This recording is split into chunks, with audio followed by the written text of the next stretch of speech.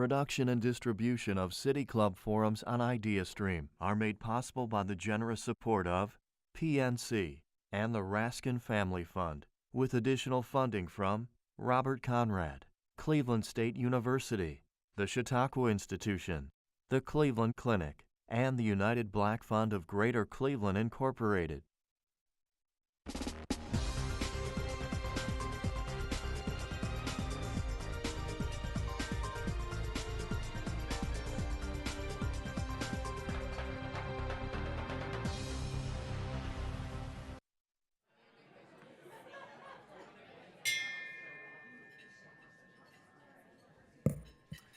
Good afternoon, and welcome to the City Club of Cleveland. I'm Matt Gray, Chief of Sustainability for the City of Cleveland, and a proud City Club member. Before I go further, I just want to thank Kathy Lauren in our Office of Sustainability, our plastics expert, and does much work around this topic, so thank you.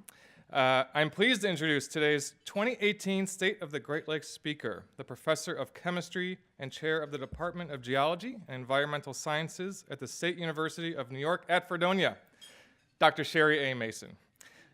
The mention of pollution in our lakes, rivers, and oceans often evokes images of sea turtles trapped in plastic rings that bind aluminum cans together. But while traveling, garbage patches affect our oceans, fish, and wildlife, the Great Lakes are experiencing dangerous levels of pollution from the smallest of particles. According to a 2016 study from the Rochester Institute of Technology, approximately 22 million pounds of plastic flows into the Great Lakes every year, with the highest concentrations reported in Lake Michigan and Lake Erie. Much of this pollution is comprised of microplastics, small particles that are added to toothpaste, body wash, and other personal care items. And at one time, Lake Erie had more microplastic pollution than any other body of water on Earth. While microbeads aren't toxic, they can absorb toxins and are often too small to be captured by wastewater treatment systems. To combat this growing problem, the Microbeads-Free Waters Act of 2015 was passed, preventing companies from using microbeads in their products.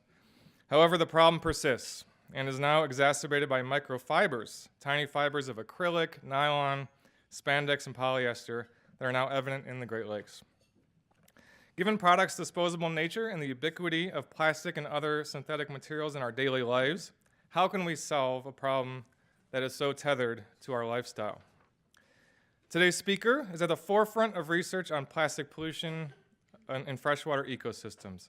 Originally from Dallas, Texas, Dr. Mason earned her bachelor's degree from the University of Texas at Austin and completed her doctorate in chemistry at the University of Montana as a NASA Earth System Science Scholar.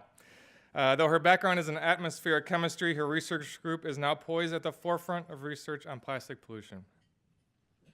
As co-principal investigator on the first ever survey for plastic pollution within the open waters of the Great Lakes, her research group is among the first to study the prevalence and impact of plastic pollution within freshwater ecosystems. And as such, has been featured within hundreds of mass media articles, including the New York Times and NPR's All Things Considered. So ladies and gentlemen, members and friends of the City Club of Cleveland, please join me in welcoming today's speaker, Dr. Sherri A. Mason.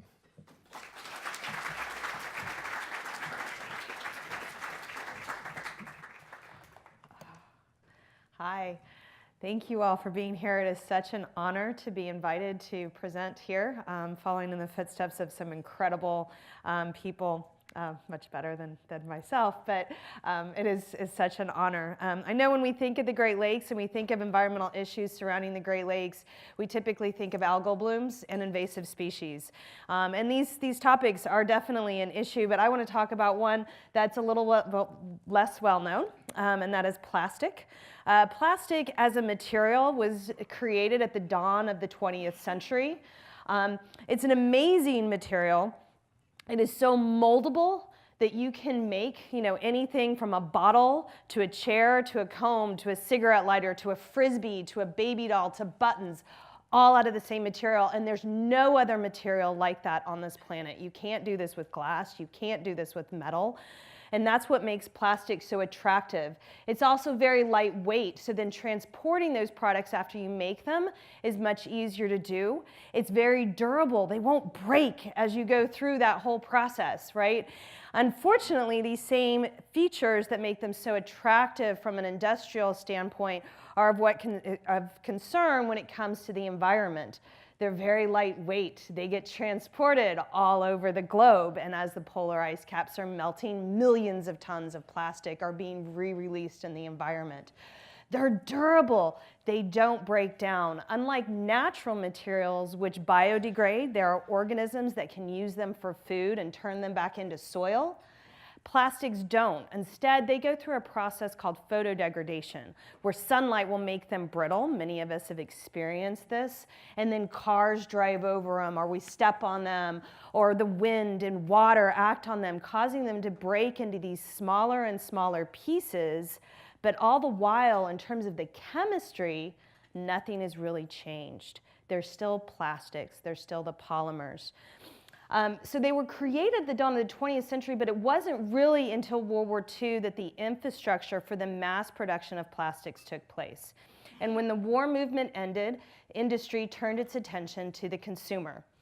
There's an iconic 1955 Time Life magazine ad entitled "Throwaway Living" with the subheading, "Disposable items cut down on household chores."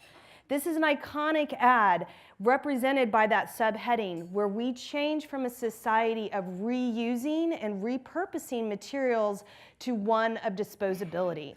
And what is inherent in that transition in our society was a reliance upon plastic for those disposable products. And so at the end of World War II, you see this exponential increase in plastics production to the point where in 2015, we were making over 300 million tons of this material. This material that's very lightweight, right? So making 300 million tons, which is a mass, means an incredible amount of plastic. Plastic that's durable, plastic that doesn't biodegrade. So where does it go? Because it's not going back to the earth, it's not going back to the soil. And studies are showing, unfortunately, that somewhere between 5 and 10% of this plastic every year is ending up in our water. In 2012, a study that was done based upon 2012 numbers estimated 8 million tons of this material was in 8 billion tons of this material was ending up in our oceans. And as a topic of scientific research, that's really where this started. It started in the world's oceans. But in 2004, a United Nations report came out. 80% of what we find in the world's oceans is coming from land. And so when that report came out, the story that we started telling, the story I started telling my students, was that plastic bag you see blowing in the wind. We've all seen it blowing in the wind, right? Ends up in a river, and that flows to a lake, and all lakes flow ultimately to the oceans. And so that plastic is making its way through freshwater systems. We happen to live on the largest freshwater ecosystem in the world. Because it's our backyard, I think sometimes we forget what an amazing resource this is. This isn't the largest in the United States. It's not the largest in the Northern Hemisphere. It's the largest on the entire planet. We have people fighting wars over water, people dying for water, and it's our backyard. We have it right here, clean, potable water, but we know, those of us in this region especially, that we've kind of used it as a dumping ground, right, for a very long time. So I'm here to talk about that kind of intersection between the Great Lakes and this incredible material that is plastic. We started in the Great Lakes in our first expedition, funded actually by the Great Lakes Brewing Company. Thank you very much. Looking within the Great Lakes for plastic pollution. And this is basically what we found over the couple of years that we've been doing this, is that as you follow the flow of water, the counts of microplastic, or the counts of plastic within the waterways increase. So as you go from Lake Superior to Lake Huron, you're around 7,000 pieces of plastic per square kilometer. In Lake Michigan, that increases to 17,000. In Lake Erie, that increases to 46,000. And in Lake Ontario, that number increases to a staggering 250,000 pieces of plastic per square kilometer. This makes Lake Erie and Lake Ontario rival the dirtiest parts of the world's oceans. These are our Great Lakes, right? This is our backyard. We went from looking in the Great Lakes to looking in the rivers, going upstream from the lakes. And there we see that the counts go up even higher, right? Because you're closer to the people, and ultimately people, we are the source of this material, and there's less water for it to be diluted. So in terms of abundance, you're going to find a higher abundance within the rivers. Most recently, we've turned our attention to consumer products, things that use water, things like sea salt, beer, and tap water. And what we found in this study, sea salt that was all purchased within United States stores, we found an average of 212 pieces of plastic per kilogram. Now, a kilogram is a lot of sea salt, so keep that in mind. Looking at beer that was brewed using Great Lakes water, we found an average of 4 pieces of plastic per liter of beer. And looking then at tap water, which was sourced across the globe, 159 samples collected across the entire planet, we found on average 5.5 pieces of plastic per liter. So what do these averages kind of mean in terms of an actual consumption of people? So we made some assumptions here in terms of how much sea salt a person would take in. Given that if you follow like World Health Organization guidelines and you don't eat any more than that recommended guidelines, you would end up consuming 180 pieces of plastic in a year. If you assume that you drink 1 beer a day, you would end up consuming 520 pieces of plastic in a year. And by drinking your recommended amount of tap water every day, you would on average, we average men and women here because men are supposed to drink more water than women, you would end up consuming over 5,000 pieces of plastic. So 88% of your plastic consumption would be coming simply from your tap water, simply from drinking tap water. So when this study came out, I thought, oh, this is going to shock people. People are going to be like, we need to solve this problem. And instead what I heard was, we need to drink more bottled water. Because, you know, packaging water in plastic will, of course, mean that it has less plastic, right? So I spent my Christmas break studying bottled water. We sampled 259 individual bottles purchased. They represented 11 different brands that, again, were sourced across the globe from 9 different countries. Every single step of the process was videotaped. From the moment it was purchased off of a store shelf to when it was shipped to when it was opened in my lab, and everything we did in the lab 24 hours a day for 3 months was videotaped. Because if you're going to take on the bottled water industry, which is a multi-billion-dollar industry, you want to make sure that you have photographic evidence of everything you did. So what we found, and I'm going to put this in comparison to the tap water, 88% of our tap water samples showed evidence of plastic pollution. Bottled water, 93% showed evidence of microplastic pollution. Comparing the same size particles that we were able to do in the tap water study, we found twice as much plastic within bottled water as compared to tap water. Our science is constantly changing, so in this study we were able to actually go down to smaller size particles, and when you incorporate the smaller particles, we were actually able to find a total of 325 pieces of plastic per liter of bottled water that you're drinking. what's really important with these smaller sized particles, like I know that large particles are unsightly and nobody wants to see plastic bags blowing in the wind or stuck in a tree. But as the particles get smaller and smaller, they're actually more of a concern when it comes to ecosystem health and human health, because these particles are the ones that are more easily ingested. And these smallest particles in these studies, these can actually make their way across your gastrointestinal tract, travel in your blood, get lodged in organs like kidneys and liver, and even make it across the blood-brain barrier and end up in your brain. What are the human health impacts? These are the questions that we still don't fully have answers to. But if you have any questions on that, I'm happy to talk about that. I've probably depressed you all, yes? Okay. So we can't end on that depressing note. We always have to talk about what are we going to do about this, right? This is the problem. What are we going to do about this? So I want everybody to picture that this happens when they get home tonight. They walk in and they find that somebody has left the kitchen faucet running, something is clogging the drain, and water is pouring out of the kitchen sink. It's all over the floor. It's running into the living room. It's soaking into the carpet. What are you going to do? I venture to say everybody in this room, everybody listening would have the same reaction. They would run over and turn off the tap. They would stop the flow. And that is the ultimate solution here.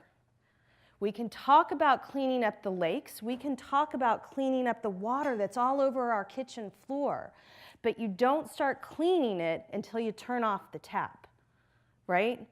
And that's where we have to start. So the solutions are really focused on that, on stopping, okay? We are the problem, but that also means that we are the solution. And so we focus on single-use disposable items. Remember that transition, 1955, that iconic Time Life magazine ad, where we transitioned from a society of reusing, of repurposing, of fixing things, to one of disposability. That was inherent to making use of plastic, right? So if we focus on these single-use disposable plastic items, that's how we turn off the tap. That's the first step. And by doing that, by refusing single-use disposable items, the straws, the bags, the bottles, we can be the change we wish to see in the world. And with that, I want to thank you all, thank my funders, and open it up for questions. I'm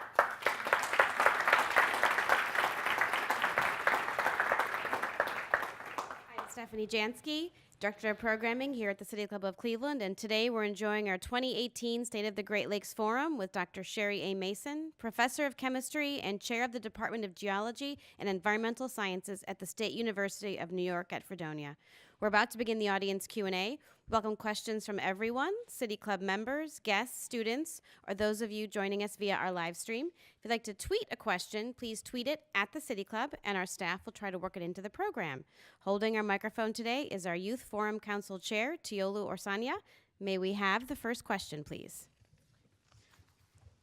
It sounds like this is a pretty international problem. Are you working with scientists from other countries to address it? There are scientists across the globe, I can tell you, that are addressing this and dealing with this problem. And I am part of a United Nations working group. United Nations, by the way, puts plastic pollution and other synthetic chemicals second only to climate change in terms of the impact on the ability of our species to survive. So they're taking this very seriously, and I'm part of a working group that's developing, basically writing the book on how we sample and process samples for plastic pollution. Hi. What role did President Obama's ban on the microplastics in our household products have on the pollution in our Great Lakes, and what steps would you like to see to go beyond that? I was I was amazed when that passed. To be honest, when I heard it was proposed, I thought, oh, well, that's really sweet. This is going to go nowhere. But it passed with bipartisan support, and that was really incredible. And it's not a regulation, so it's not something that can be changed by, like, say, the next administration. And it became effective as of July 1st of this year, so only about a month ago. So I think it will take time before we really kind of fully understand. Microbeads, anytime I gave a talk, and I gave lots of talks in support of that legislation, both at the regional to state to national level. Microbeads were not the only type of microplastic we find. And in fact, they only represented about 10 to 15% of what we found in the Great Lakes. So it was a significant piece of the pie, and it was an easy one because nobody wanted plastic in their face wash. Nobody wanted plastic in their toothpaste. So it was an easy one to tackle, and so it was one that we needed to tackle, right? So it probably took care of about 10 to 15% of the microplastics that are in the Great Lakes, right? With the ban becoming effective. But that means that there's still 85 to 90% of the plastics that we need to be looking at. So what I would like to see moving forward are things that other countries have done, banning or putting fees on bags. I'm very supportive of fees on bags, especially if they increase over time, so that a plastic bag, you actually see the cost of a plastic bag, and you see that it's equal to the cost of just buying a reusable bag, and that really encourages people to change behaviors. Similarly, I like to start seeing straws not being given out with every single drink. So, straws suck, right? And I really encourage people to kind of change their behaviors. Think about things that they can do in their everyday life to reduce the way that plastic comes into their lives. Hi, I'm wondering, are there plans locally and or more broadly globally to educate the public about their role when it comes to littering? For example, having an anti-littering campaign, again, changing the behaviors you were talking about, where at every event there's plastic bottled water, and then also maybe trying to get people like Jeff Bezos to put money into creating alternative packaging for plastics, since he has a huge, it seems to me, he should be investing in companies to do that, because he can then just use the products in his other companies. Yeah. No, I mean, I think it's definitely happening, right? We have Sustainable Cleveland. There are anti-littering campaigns in most cities across the United States. And I know, I mean, it's an uphill battle, because basically we're fighting against white noise, and there's so much more money that gets put into bottled water, right? And you have Jennifer Aniston, advertising her smart water, right? And it's frustrating because cities can't compete with that. But I think, it's happening. I mean, there's individuals doing it, there's cities doing it. I think that there is a lot of movement, and there are a lot of people that are looking at different types of packaging. Mushrooms, for example, can be used in bamboo plates and things like this, right? That you can make edible or natural things that actually truly do biodegrade, which are things that are currently labeled as bioplastics unfortunately don't, unless they're in an industrial composting facility. And they really shouldn't be labeled as bioplastics, because they're really not. So there's a lot of greenwashing, and so part of that I would like to see is a definition. And it's one of the things that we're putting in the United Nations Working Group report, is a definition of what is a bioplastic, what is, so defining these things, but that needs to also happen at a national level. The way that at one time organic had no meaning, right? And then they said, no, organic, if you're gonna say that something is organic, it has to abide by these principles, right? And so we need to see a similar thing happen with plastics and green plastic labeling, so that things are properly identified. So I think there are a lot of people who are working on this, but I'd like to see, of course, more. And that's why I give so many talks. First, thank you.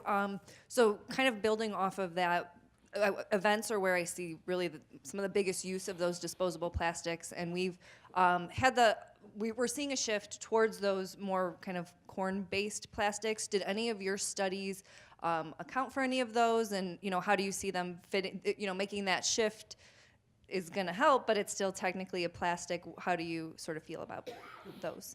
Yeah. What really needs to happen is industrial composting, right, happening in cities across the nation so that those corn-based products are actually truly biodegraded. Because putting those into a trash can or those ending up in the water is really no different than any other type of plastic, ultimately, which is sad. Our initial studies, because we were the first in the field and it was about getting the data out, because you have to have the data out so that you can ask for money, which was very difficult when you're kind of breaking new information into a field. So, and our technology was not where it was, so we didn't do a lot with regard to identifying the plastics in those early studies, right? With for our bottled water study and our later studies, we look at the different types of polymers. And we don't really, and so in our later stuff, we haven't really seen a whole lot in the corn-based. It's polypropylene, polyethylene, vast majority, and so now polyethylene can be derived from, say, landfill gas or something like that, so it can come from a green, quote-unquote, resource. But if it's polyethylene, it's still polyethylene, and it has the same impact on the watershed, so. Hi, Sam. Thanks for coming back to Cleveland. I'd like to break the City Club rules and ask 2 questions. The first has to do with human health effects. We talked a little bit about this when you visited us yesterday, but if you could summarize what's known and what's still unknown about the human health effects of microplastics and your work in that area. And secondly, I noticed that there are fewer microfibers per liter of beer than there are per liter of water. And I know in the Middle Ages, people used to drink beer with preference to water because it was healthier. It is. And can you state unequivocally today that beer is still healthier than water? Based on all evidence, beer is in fact cleaner than tap water, and so by all means you should be drinking your beer, and I especially am fond of the Great Lakes Edmund Fitzgerald. So if you have me on record, that's my beer of choice. We buy it by the case, and so there you go. Human health effects. So this is not something that I myself study because I'm not an ecotoxicologist, but I read all of the science on these things, and this is what we know. We know that there are chemicals in plastic, and we know that there are chemicals that bind to plastic when they're in the Great Lakes. So these are plasticizers, right? Those are in the plastic to begin with from the moment it's manufactured. And then you have things like polyaromatic hydrocarbons or polychlorinated biphenyls that will adsorb to the surface of the plastic. Now, we know that there are human health effects associated with all of these chemicals. Like PCBs were banned because of their known human health impacts, right? And so if it's on the plastic and then that plastic is ingested, it's going to be moving that chemical into the food supply. So what we know is that there are chemicals in and on plastic that have human health effects. These have been tied to things like certain types of cancer, breast cancer, ovarian cancer, prostate cancer. They've been tied to obesity in children under the age of 6 months. They've been tied to ADHD and autism. Other human health, decreased sperm counts. Okay, so a variety of human health impacts that are associated with the chemicals that are in and on plastics. What we don't know is, and we know that those chemicals are in people, like that's unequivocal, right? We just don't know how much of it is making its way into us from plastic versus other sources. And it's going to take a really long time, to be honest, to tease that information out, because from the moment a child is born, they're already exposed to over 300 synthetic chemicals from the moment of birth. So from in vitro, they're already being exposed to these things. So there is no, in the way in science, right, you always have a control and you compare something to the control. We have no control because we're all contaminated. And so it makes it really, really difficult. And I would even near say impossible. And so I advocate for the precautionary principle. If something is suspected to have an impact, then you stop doing it. Right? It's that simple. Rather than, oh, we need all of this evidence before we change our behaviors, right? And the way that our laws are currently written in the United States, unfortunately, it is very much the opposite. It is chemicals are put on the market, something like an average of 3 per day, new chemicals, without any human health impact testing. None is required. Once it's put on the market, it is now on us to prove that a chemical is negatively affecting us in order for it to be banned. But we're not the one making the billions of dollars in profits off of the chemicals, and yet somehow we have to pay for the human health impact testing? We have to show, right, so that's all on us. So it's the way the laws are currently written is backwards, you know, and that needs to change, so. It seems to me that it's awful naive to suggest that with something like plastics, we're going to change our behaviors to eliminate it to any significant degree. I want to know, though, what chemistry or what work is being done to make plastics more biodegradable. I thought there's been changes in the formulas. There are people who are working on truly biodegradable plastics. The corn, so if you go to the store and you look at Green Wave, okay, those are corn-based, and they will decompose in an industrial composting facility. There are other people who are working to make plastics, because I mean, plastic ultimately, right, it's a polymer. A polymer is like a train. It's composed of these individual units that are held together to make this long molecule. Polymers are not unique to plastics.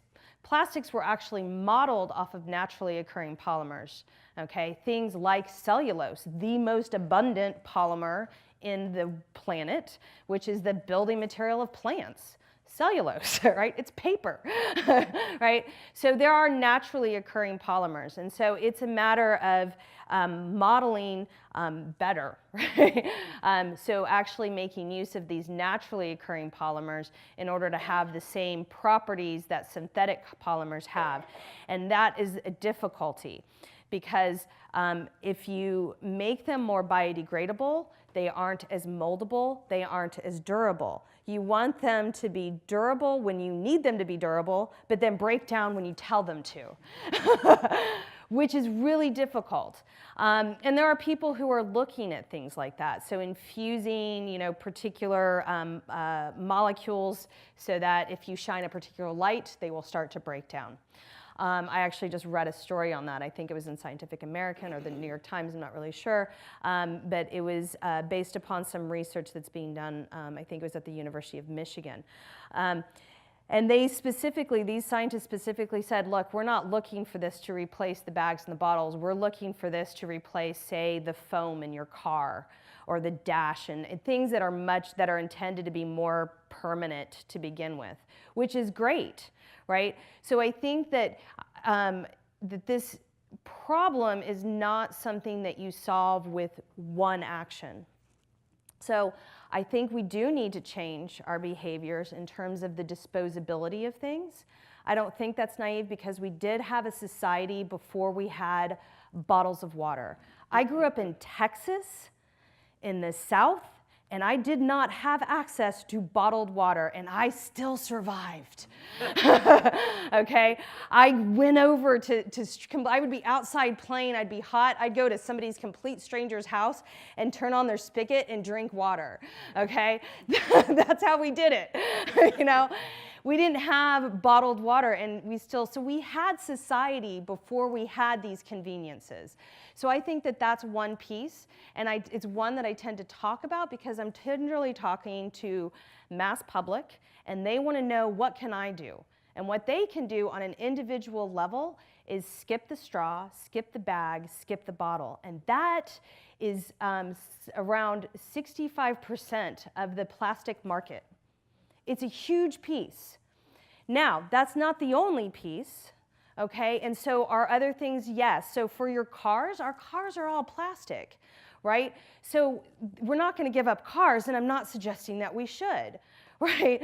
But so for that, something like that, yes, there are ways to make maybe plastics that are actually truly biodegradable. We also need the infrastructure to collect these things. We need the infrastructure to truly recycle plastic. And that also requires a market that's willing to buy that post-consumer plastic. And right now, that doesn't exist. So a lot of people that I bump into and I talk to on a daily basis, they say, but I recycle my plastic because I put it in that bin. Except China isn't buying our plastic anymore, so you know what's happening to that bin? It's going in the landfill. Plastic is a very difficult material to recycle because it's not, unlike glass, glass is silicon dioxide, largely. There are borosilicates and stuff, but largely glass is silicon dioxide.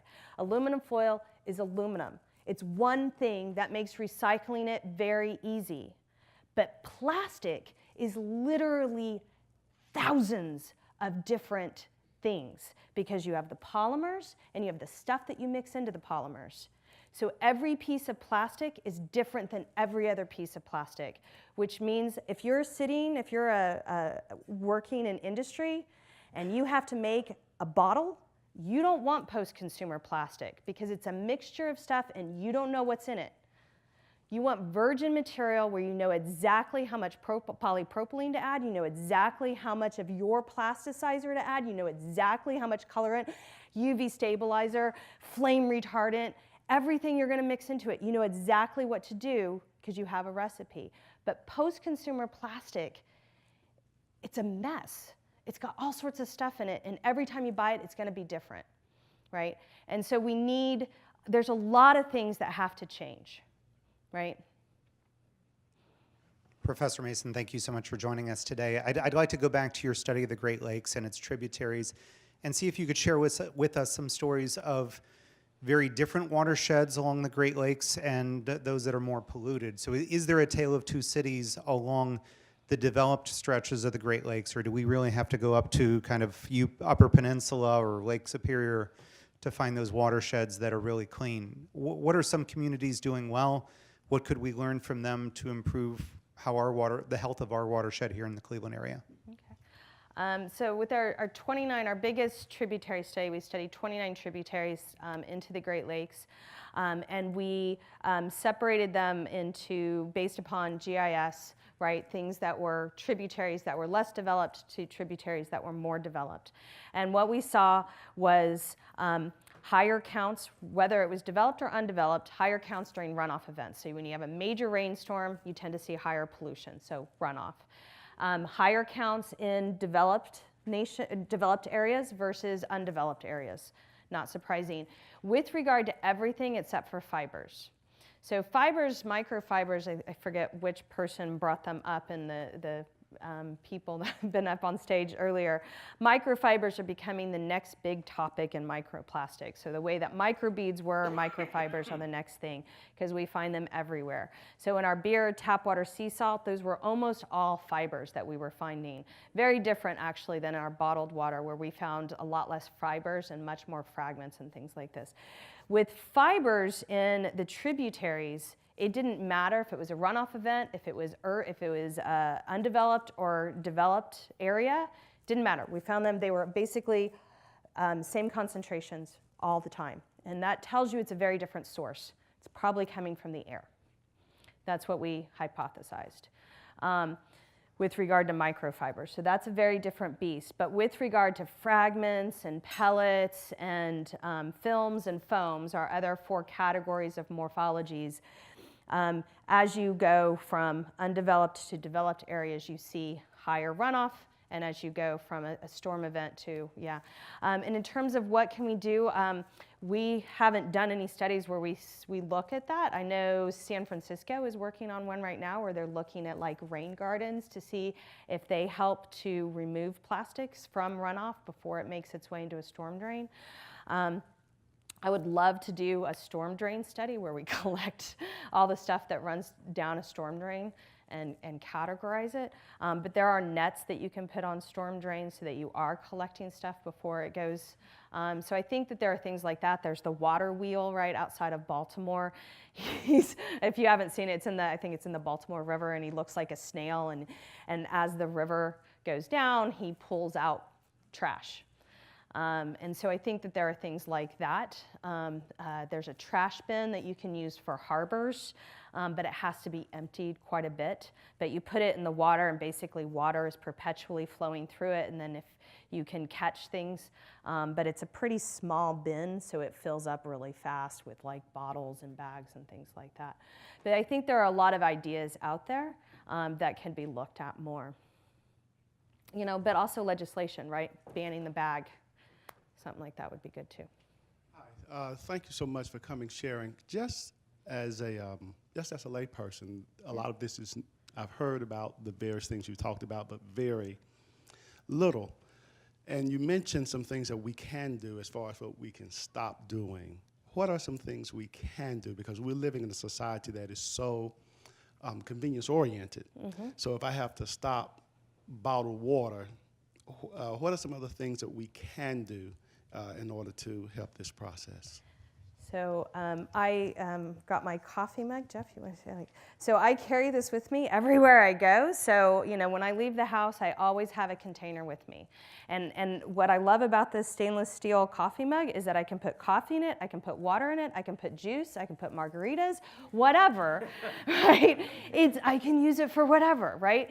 And so I carry that with me everywhere I go. In my purse, I carry bamboo utensils.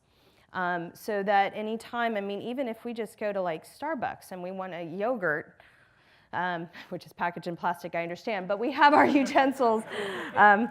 We usually use yogurt, so I don't know why I thought of yogurt. But what do we eat with? Pickles? Bagel. Oh, for spreading the cream cheese. Yes.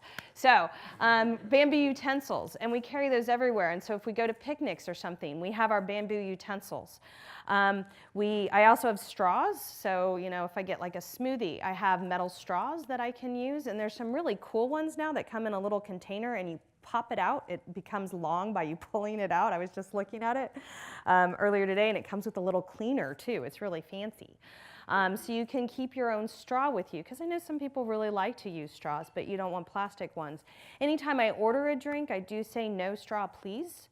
And I'm slowly trying to, push, and half the time it comes with the straw anyway, which is really frustrating, but I generally try and pull out the straw right in front of the person and be like, here, I don't want that.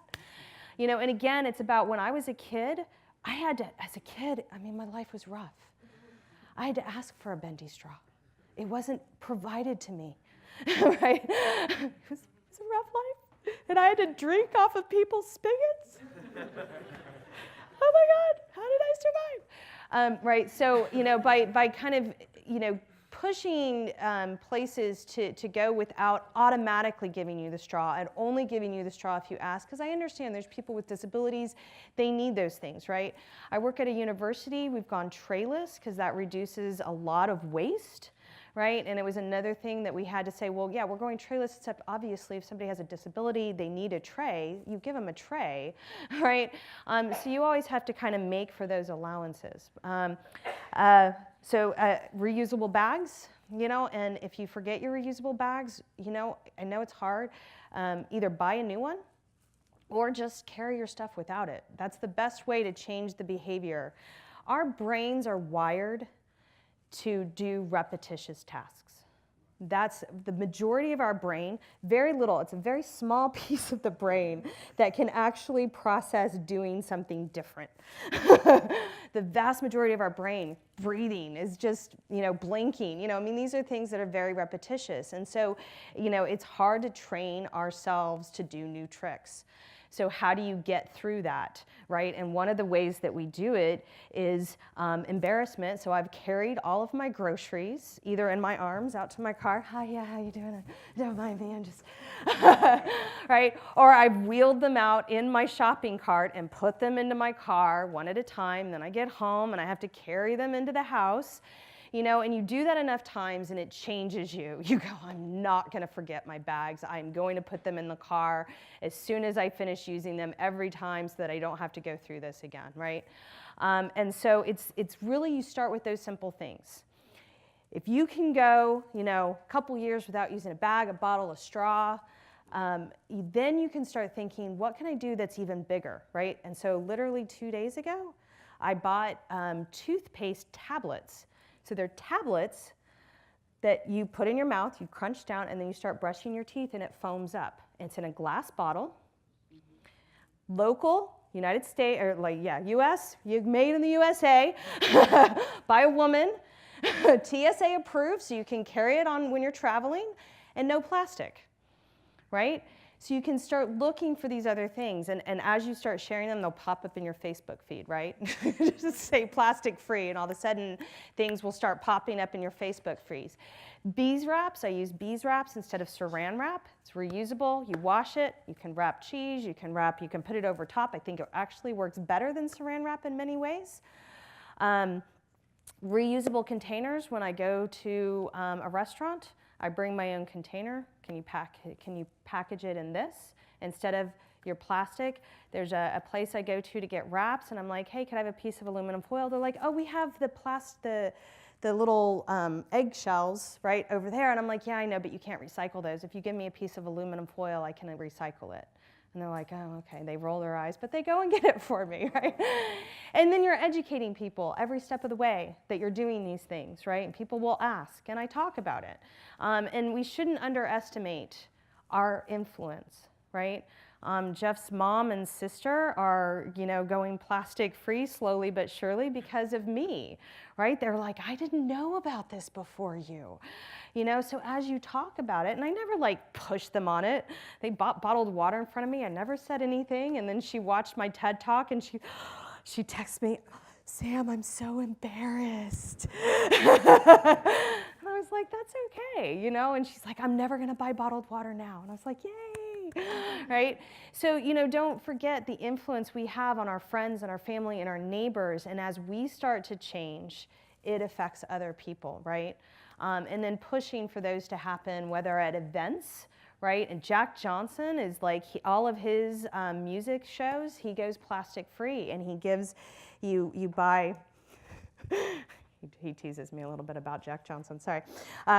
You buy a metal pint glass, and you use that to get any of your beverages while you're at the concert. Right? And then you can take it home. So there are things we can do as we're hosting events. Anytime I have a dinner party, I know it's hard when you have lots of people come over, but I use real dishes, and I wash them. And most of my friends will bring their own, and then they'll take them with them and wash them by themselves. But these are things you just start thinking, what can I do? What can I do? And who can I talk to? Sure. Thank you for coming and speaking. It's nice to know that my children might think someone's a little more obsessive about plastic than me, and something for me to aspire to. I'm curious if there's any movement in the larger food industry about trying to eliminate the plastic packaging. It's one of my biggest frustrations going to the grocery store. Everything's in plastic. You can't get something not in plastic. You can't bring your own containers. There are a few stores you can buy in bulk. There are a few stores popping up around the country where you can buy your items, but there's things you can't put into a reusable bag. Right. Is there anything happening in the larger food industry that might help us wean ourselves off plastic? Not that I specifically know of, but I do know, I've started in the last few years, I can actually find peanut butter in glass again.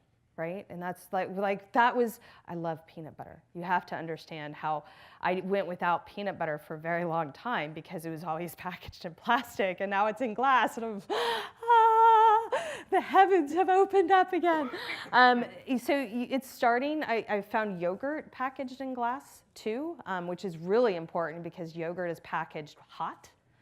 And you really don't want something hot in plastic because that encourages that leaching of the chemicals from the plastic into the food product.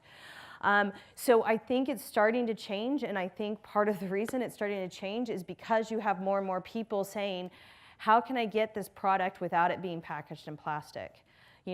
Writing letters to corporations. I know that we think that our voice, we're just one person, but the more and more people we start, that's what happened with microbeads, right? Microbeads started with one story published in a scientific journal that nobody knew about, because how many of us read scientific journals in our free time? Okay, right? But the New York State Attorney General's office saw it, fortunately, and then started talking about it and then I started giving talks, and then all of a sudden people were talking about it, and they were sending their products back to the companies. They were writing letters. They were writing to the EPA. The EPA called me out of the blue. Look, this microbeads thing is really getting big. What can we do? the evil, out of the blue. And it was because of people voicing what they want and doing it loudly, right? And so don't underestimate the importance of a letter writing campaign to either a company or to your representative, on the city, county, national level, whatever it may be. Do those things and encourage other people to do those things, right? So I think the more we demand it, I think it'll start to happen. And I do suspect that they already see the writing on the wall, so I bet that they're looking. But I haven't had anybody specifically approach me with it. Next, we have a Twitter question. Okay. In this day and age where everything is a political battle, how can we ensure that conservation efforts have bipartisan support? I think what's important to remember is people care for different reasons, but we're all human, right? And so there's different access points to different people. On campus, before I actually got into the plastics thing, I started doing all of these sustainability events, and I kept realizing, and at first I was like, oh my God, this is so great, look at all these people. And then I realized at every event I had, it was all the same people. And I was like, I'm just preaching to the choir over and over and over again. And I've got to think of ways to reach people that I haven't reached before. So I started thinking, how can I do that? And so I created a connections duathlon, because runners like surfers. I mean, surfers are huge. Where's my surf rider guy? There you go, right? Surf rider is huge in plastic pollution because they're in the water with all the plastic and they see it. Runners see the plastic. Bikers see the plastic. So you get at them through their sport, right? And I organized an actual bike run event that, crazy, didn't have plastic. There were no plastic water bottles at the end of the race. There was no little plastic cups on the race route handing you water, right? We talked to people about it beforehand. Hey, we're going to give you a reusable mug. You can use that. We'll have pitchers of water. You can drink that. There will be no water stations on the run, right? You reach them where they are. For a lot of people, it's their kids, right? People are really passionate about your kids, right? And so if you can reach them at what it is that they care about, and think about the world that your children are going to grow up in, they may not have fish when they're 20 years old. That's where we're at, right? By 2050, there's going to be more plastic in the oceans than fish.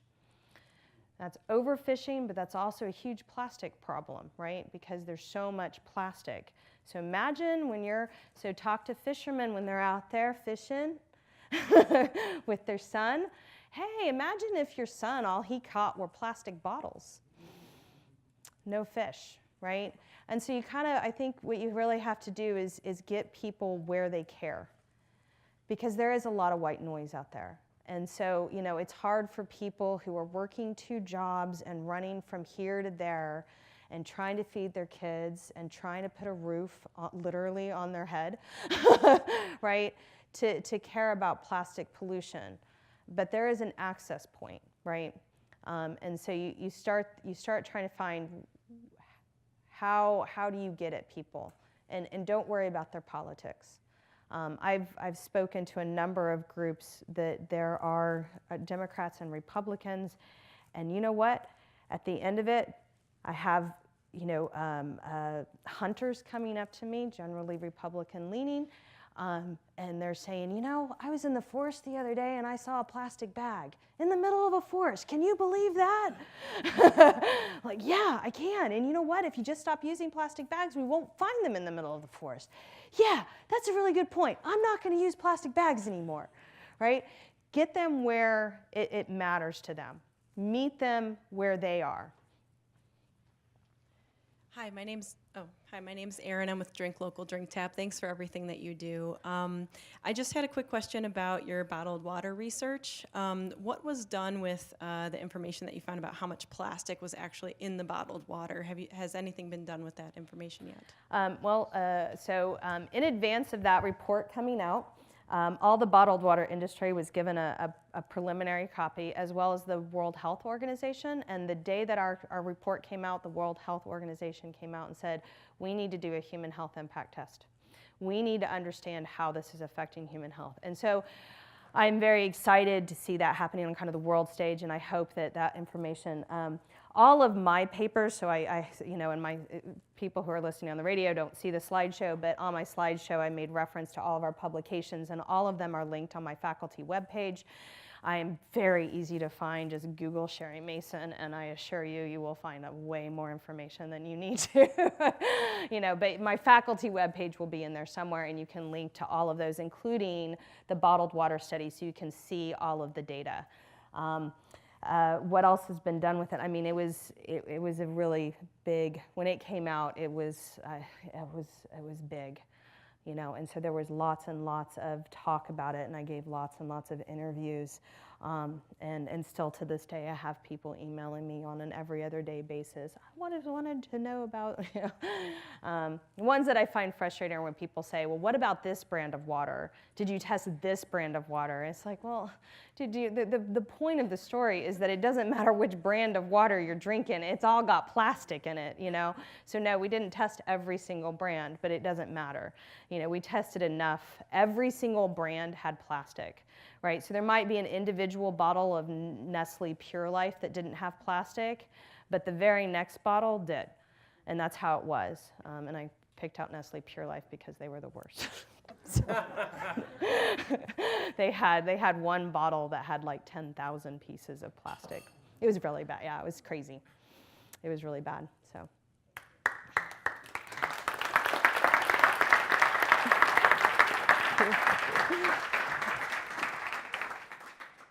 Today at the City Club, we've been enjoying our 2018 State of the Great Lakes Forum with Dr. Sherri A. Mason, Professor of Chemistry and Chair of the Department of Geology and Environmental Sciences at the State University of New York at Fredonia. The State of the Great Lakes Forum is sponsored by the Northeast Ohio Regional Sewer District with additional support from Cleveland.com. Today's forum is also part of our Sustainable Ennio series, sponsored by Bank of America and the Great Lakes Brewing Company. We have representatives from all our sponsoring organizations with us today, and we appreciate your continued support of City Club programming.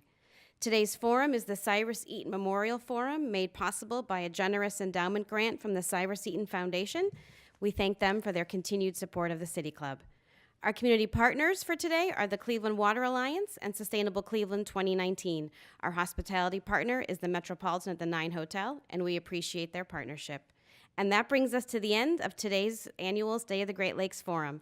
Thank you, Dr. Mason. Thank you, everyone, for attending. This forum is now adjourned. For information on upcoming speakers or for podcasts of the City Club, go to cityclub.org.